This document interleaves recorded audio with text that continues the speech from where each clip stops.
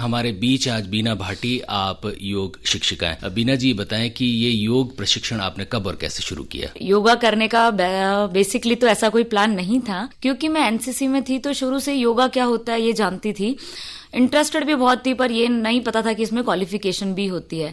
Suddenly husband का transfer Udaipur हुआ, हम लोग उदयपुर शिफ्ट हुए। फिर मेरे किसी मिलने वाले ने बताया कि एक बार आप करके देखो, घर बैठे हो क्या कर रहे हो, करके देखो। मैंने लेके मैंने बोला चलो ठीक है, टाइम पास करना है, 6 मंथ कोर्स करना शुरू करा। देन उसके बाद मैं योगा में इस तरह से इंक्लूड हुई कि फिर मैंने मास्टर डिग्री करी। तो सर ऐसे फिर सफर शुरू हो गया धीरे धीरे। जब आपने ये योग का प्रशिक्षण लेना शुरू किया तब आपके मन में ये इच्छा थी कि आप योग सिखाएंगी?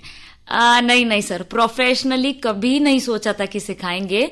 बट एक्चुअली क्या था, मुझे खुद को भी फिजिकल बहुत प्रॉब्लम थी। तो जब मेरे खुद के अंदर मुझे चेंजेस नजर आने लगे तो पता ही नहीं चला कि कब मैं प्रोफेशनली इस चीज के अंदर घुसती चली गई। ये जो अब तक आपका सफर रहा, इसमें बताएं कि बतौर योग प्रशिक्षक आपको क्या क्या चैलेंजेस जो है उनका सामना करना पड़ा, और क्या क्या चीजें ऐसी रही जिनसे आपको खुशी होती है? चैलेंजेस तो काफी सारे होते हैं सर। एक तो सबसे पहले यही है कि आपको लोगों को जानना, क्योंकि आपकी एक क्लास में 10 लोग भी है तो 10 प्रकार के लोग हैं, तो प्रत्येक को आपको जानना बहुत जरूरी है। किसी को क्या प्रॉब्लम है, किसी को क्या प्रॉब्लम है, किसी का व्यवहार कैसा है, सबसे बड़ी बात। तो अकॉर्डिंग टू उनके व्यवहार तुरंत बदल जाना, तुरंत उनके अकॉर्डिंग ही बातें करना। और खुशी मुझे इस बात की होती है कि जब जब मैं अगर बहुत ज्यादा चिंता में भी होती हूँ और मैं क्लास लेती हूँ तो मैं अपने आप को बहुत रिलैक्स फील करती हूँ। योग जो है वस्तुतः है क्या आपकी नजर में? सर योगा जो है, योग आत्मा से परमात्मा का मिलन, यानी 2 चीजों से जुड़कर योग बना है, जिसमें आप अपने शरीर को अपनी आत्मा के साथ जोड़ते हैं। जब आप पर्टिकुलर किसी आसन के अंदर रहते हैं तो आप अपनी आत्मा के साथ उस आसन को फील करने लग जाते हैं। योग सिर्फ आसन ही है, इसके बियॉन्ड भी कुछ है? नहीं सर, योग सिर्फ आसन तो नहीं कह सकते, नहीं है भी नहीं एक्चुअली में।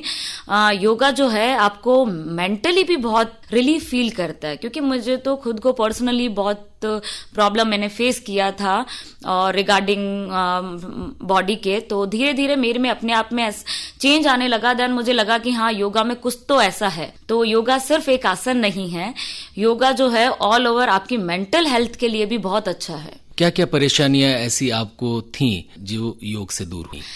सर शुरू में मैं बोलूँ तो स्कूल टाइम से ही थोड़ा मेरा विकास थोड़ा कम ही रहा था। इसके कारण थोड़ा घर वालों को भी बड़ी दिक्कत होती थी, तो बहुत कम विकास रहा। देन धीरे धीरे चक्कर आना, मतलब कहीं आउटिंग तो कर ही नहीं पाती थी मैं, इतना दिक्कत था। फिर थोड़े समय बाद, शादी के बाद ये हुआ था कि मेरे नाक में भी काफी प्रॉब्लम होने लग गया था, तो ऑपरेट वगैरह भी हुआ था। इस चीज को लेके फिर डॉक्टर ने कहा कि भाई या तो आपका वापस ऑपरेशन होगा, क्योंकि इसके सिवा और कोई रास्ता नहीं है। देन डबल ऑपरेशन के लिए डॉक्टर ने कहा। फिर मैंने योगा स्टार्ट किया। देन योगा के अंदर जो मैंने क्रियास करी, उन क्रिया से सर धीरे धीरे, मुझे आज तक नहीं पता है कि मैंने लास्ट टाइम दवाई कब छोड़ी थी। आज 6 साल पुरानी बात हो गई है सर। ये बताएं कि क्या स्वास्थ्य आपका ठीक रहे उसके लिए योग संपूर्ण कारगर औषधि है? सर बिल्कुल मैं कहना चाहूंगी है एक तरह से तो, बट जो बीमारियां बेसिकली लोगों को पेरेंटल तौर पे हो जाती है, वो इन केस होती ही है, कई लोगों को हो जाती है, बट हम उनको रोक सकते हैं। योग के माध्यम से हम उन बीमारियों को रोक सकते हैं ताकि वो बीमारियां आगे ना बढ़े। और इन केस अगर मान लीजिए हमको बीमारी हो गई है तो हमारा वहीं पे स्टॉपेज लग जाए। कौन कौन सी रोग या कौन कौन सी परेशानियां ऐसी हैं जो आपकी नजर में योग से सच में सुलझ जाती हैं, मदद मिलती हैं? सर जैसे बेसिकली सबसे पहले तो मैं लेडीज से स्टार्ट करती हूँ। तो थायराइड जो एक ऐसी बीमारी है जो ऑलमोस्ट आधी से ज्यादा लेडीज को है। तो थायराइड एक आप जब योगा स्टार्ट करते हैं तो धीरे धीरे कई बार होता है कि थायराइड अगर आपका बहुत हाई लेवल पे जा रहा है तो वो नॉर्मल आना शुरू कर देता है, और कई बार तो ऐसा होता है कि दवाइयां बंद भी हो जाती है। एक समय था सर जब मुझे खुद को भी थायराइड था, तो फिर धीरे धीरे दवाइयां बंद हो जाती है। सेकंड है पीसीओडी प्रॉब्लम, पीसीओएस जो भी लेडीज के अंदर होती है वो ठीक हो जाती है सर उससे। डायबिटीज आप देख लीजिए तो इंसुलिन लेवल जो आपका लोगों का, मैंने बहुत हाई लेवल तक इंसुलिन लेवल देखा है, वो मैंने नॉर्मल होते हुए देखा है। तो सर ऐसी काफी सारी बीमारियां जो योगा से ठीक हो जाती है। योग जितना ही प्रभावी प्राणायाम भी है, या दोनों को आप दोनों में से किसी एक को ज्यादा? नहीं सर, दोनों मेरे हिसाब से ब्रीदिंग टेक्निक भी उतनी ही मायने रखती है जितना आपके लिए आसन मायने रखता है। नए संदर्भों में योग और खासतौर पर योग प्रशिक्षकों की भूमिका कुछ बदली है? सर अभी बहुत डिमांड हो गई है मतलब आप ये देख लीजिए कि अभी जैसे कोरोना वायरस आ गया, सबको पता है कि इम्यूनी सिस्टम हमारा अच्छा होना इस वक्त कितना जरूरी है।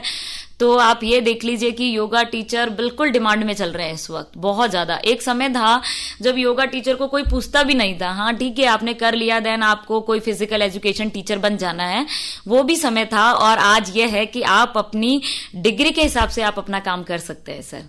बीना जी, ये बताएं कि अगर कोई भी सामान्य व्यक्ति योग करना चाहे, चाहे घर में या किसी से सीख के भी करना चाहे, तो उसे नियम से कितना समय कम से कम और ज्यादा से समय उसे देना चाहिए? सर ये देख लीजिए कि एटलीस्ट 50 मिनट्स आप अपने आप को दें।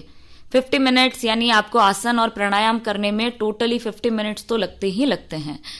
जाते जाते ये बताएं कि कोई भी, पहले एक एक करके लेते हैं, आप अपने हिसाब से जो आपको फेवरेट हो या जो स्वास्थ्य में या आदमी के इम्यूनिटी सिस्टम में बहुत मदद करते हो, ऐसे कौन कौन से आसन आप हमारे श्रोताओं को सुझाएंगी? पहले एक आसन की बात करते हैं, उसके बाद फिर दूसरे आसन की करेंगे। सबसे पहले तो पाद हस्तासना सर, जो सूर्य नमस्कार का थर्ड पोस्चर भी है, तो बहुत अच्छा आसन है आपके इम्यूनी सिस्टम को अच्छा रखने के लिए। साथ ही साथ आपकी जो पेट की चर्बी होती है, स्पेशली पेट का तो सबको बहुत ज्यादा प्रॉब्लम रहता है, तो उसके लिए भी बहुत अच्छा आसन है। ग्लोइंग स्किन के लिए भी बहुत अच्छा आसन है, बालों के लिए भी बहुत अच्छा आसन है। साथ ही लेडीज को वेरिकोज का बहुत होता है, इनफैक्ट जेंट्स को भी होता है वेरिकोज, तो जब आपका सिटिंग प्रोसेस बहुत ज्यादा रहता है तो वेरिकोज के लिए भी बहुत अच्छा आसन है पाद हस्तासना सर। खड़े होके स्टैंडिंग पोज है जिसके अंदर आपके दोनों पैर जो है वो बिल्कुल मिले रहते हैं। आप इनहेल करते हुए अपने दोनों हाथ ऊपर उठाते हैं एंड धीरे धीरे एक्सेल करते हुए आपकी जो कमर का लास्ट पोर्शन है वहां से आप नीचे जाते हैं। अगर आप बहुत फ्लेक्सिबल है तो आप अपने ग्राउंड को आराम से हथेली से टच कर सकते हैं, नहीं है और इन केस आपको बैक का इश्यू है और आप आसन करना चाहते हैं तो आप 90 डिग्री एंगल पे भी उस आसन को स्टॉप कर सकते हैं। दूसरा कौन सा आसन आप सुझाएंगी? दूसरा जो सर आसन मैं सुझाऊंगी वो है हलासना। हलासना देख लीजिए, और ऑल बहुत अच्छा आसन मेरी नजर में भी है, क्योंकि स्पेशली हम जब डिप्रेशन में होते हैं तो तब भी वो आसन बहुत अच्छा आसन है। आप थोड़ी देर अपने तनाव से मुक्त हो जाते हैं। हलासना हलासना जो है वो लेट कर किया जाता है और वेरी गुड फॉर थायराइड के लिए, डायबिटीज के लिए बहुत अच्छा आसन है। बीपी हाई जिनको है उनके लिए बहुत अच्छा आसन है, आपके इम्यूनी सिस्टम के लिए बहुत अच्छा आसन है। तो पूरा पैकेज है हलासना एक हिसाब से लगा। हलासन कोई करना चाहे कैसे करेगा? सर अपनी मैट पे सीधे लेट जाएं, आप अपने दोनों पैर को 30, 60, 90 and lift your buttocks back side. आप अपने हिप से बैक साइड की ओर उठ जाएं और धीरे धीरे अपनी कमर पे हाथ रखते हुए आप अपने जो पैर है वो आप जमीन पे टच कर लें। अगर जमीन पे टच नहीं भी हो रहे हैं तो आप बैक पे आराम से हाथ रख के उसको वहीं पोस्चर को होल्ड कर सकते हैं। जिनकी बॉडी बहुत स्टिफ है उन्हें इस आसन में दिक्कत नहीं आती? सर पहले बहुत दिक्कत आती है, तो उसके लिए मूवमेंटल एक्सरसाइज होती है जिसके अंदर आपको मूवमेंट करना होता है। पहले पश्चिमोत्तानासन और हलासन में मूवमेंट करना होता है। आप कंटिन्यू 40 to 60 मूवमेंट करेंगे तो ऑटोमेटिकली आपकी जो बैक है वो थोड़ी फ्लेक्सिबल हो जाती है। और क्योंकि बॉडी जो है वो एक बार में फ्लेक्सिबल कभी नहीं होती है सर, उसके लिए कम से कम आप मान के चलिए हर आसन में आने के लिए आपको 1 मंथ तो चाहिए। तो धीरे धीरे आप फ्लेक्सिबल हो जाते हैं।